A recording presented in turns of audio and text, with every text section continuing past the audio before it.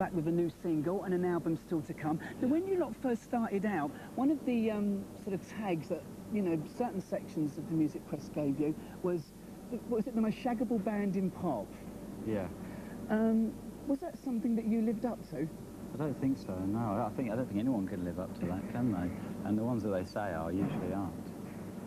So it was a bit of a misdemeanor for us, entirely.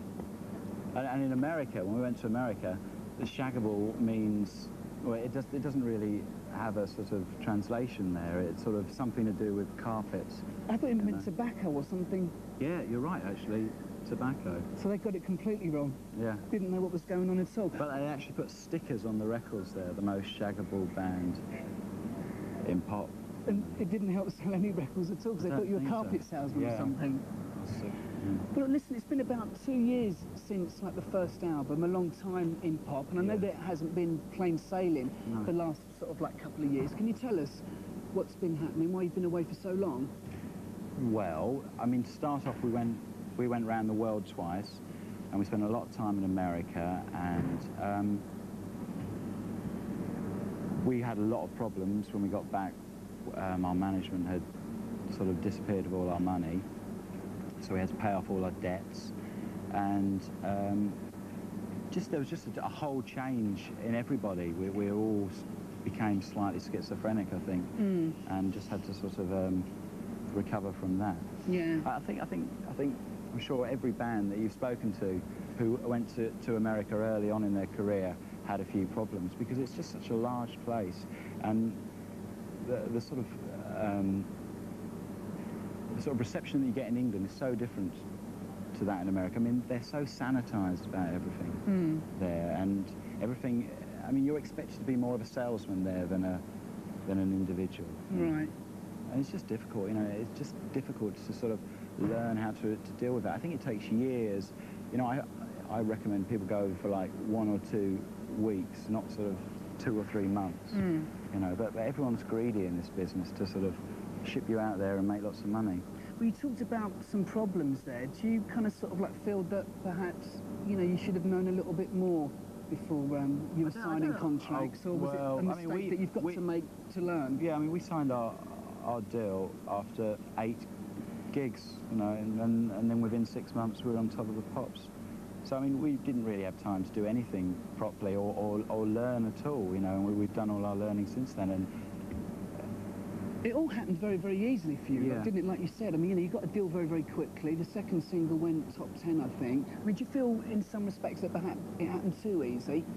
Well, it didn't, because it gave us an interesting perspective, and especially when we went to America, you know, England started to become this sort of fantasy place that, you know, we could return to one day and start again. You know, and all the work we've been doing since then has sort of dealt with England as a fantasy place, you know, and then the first single is like London as a sort of fantasy, you know, it's sort of like a film track to sort of a night in London. But we're lost on the west way, and so we hold each other tightly and hold on for tomorrow, singing la la la la la la la la la la la la la la la,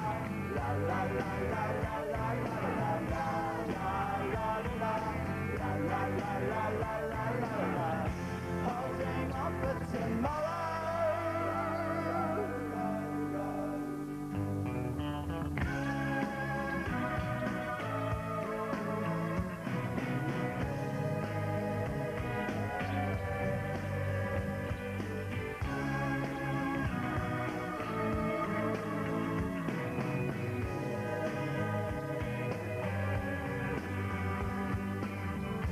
Trying not to be sick again, and holding on for tomorrow. She's a 20th century girl, hanging on for dear life, and so we hold each other tightly and hold on for tomorrow, singing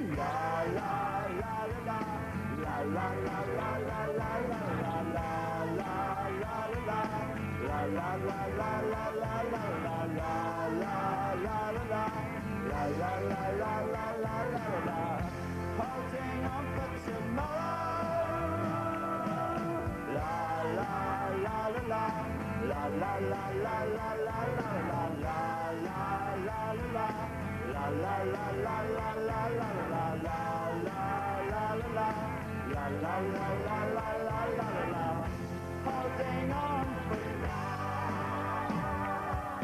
Jim starts and gets out the car, goes to a house in Advert Gate, through the time to his room, then he puts the TV on, turns it off and makes some tea, says modern life, well it's rubbish, Then Susan comes into the room, she's a naughty girl with a lovely smile, says take a drive to Primrose, it's windy there and the view's so nice, London eyes can freeze your toes like anyone, I suppose.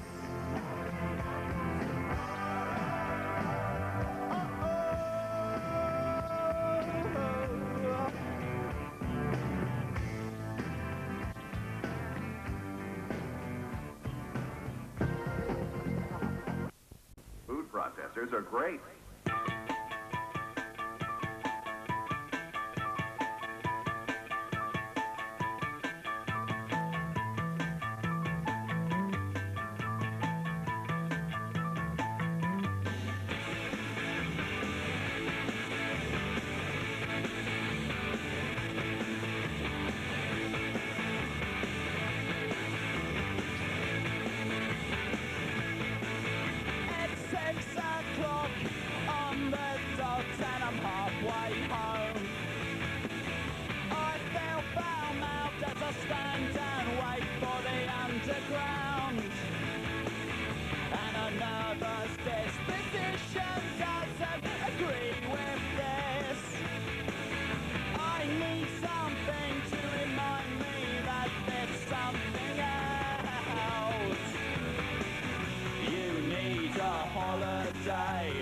Somewhere in the sun, with all the people who are waiting, there never seems to be one.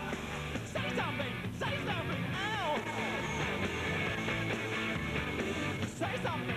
something else.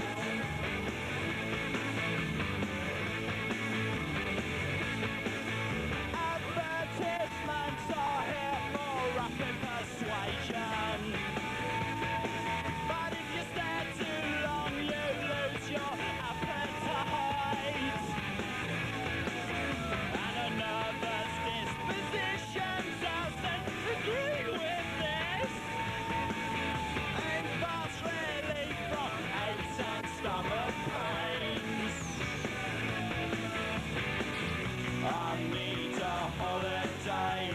Somewhere in the sun, with all the people who are waiting, there never seems to be one.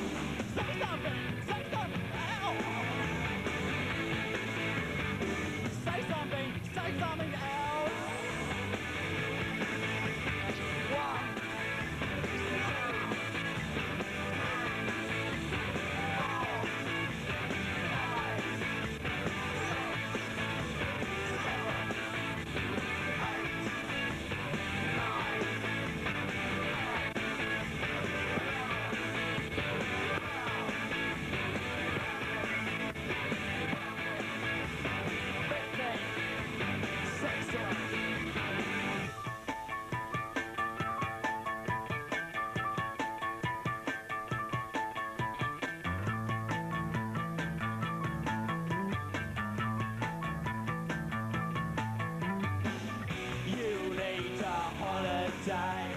Somewhere in the sun, with all the people who are waiting, there never seems to be one. Say something else. Say something else. Go on, say something else. Please, say something else.